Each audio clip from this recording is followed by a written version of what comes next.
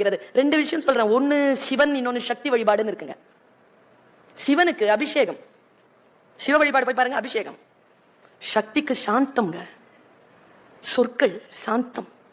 எங்கே நல்ல சொல் இருக்கிறதோ, எங்கே ஒரு பெண் அமைதியாக இருக்கிறாளோ, அந்த சூழல் சுபிக்ஷமாக இருக்கும்.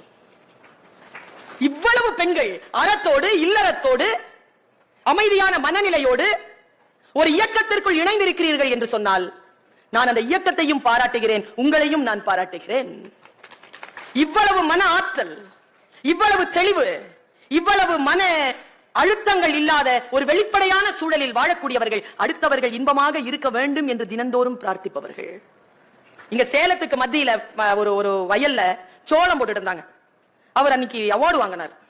அந்த நண்பரை நான் சந்திச்சேன். அவர்கிட்ட நான் கேட்டேன், எப்படி 5 வருஷமா அவார்டு வாங்கிட்டே இருக்கிறீங்க, உங்க சோளத்துல அப்படி என்ன இருக்குதுன்னு. அவர் ஒரு விஷயம் சொன்னாருங்க.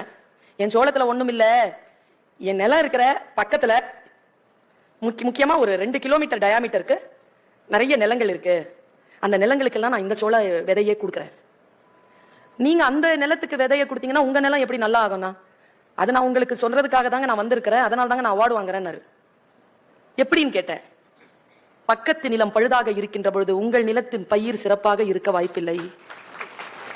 எப்பொழுது உங்கள் பக்கத்தில் இருக்கின்ற நிலம் ஆரோக்கியமாக இருக்கிறதோ, உங்கள் நிலமும் ஆரோக்கியமாக இருக்கும். இந்த பராசக்தி டயலாக் ஒன்று சொல்லும்ல, என் சுயநலத்தில் பொதுநலமும் கலந்திருக்கிறது.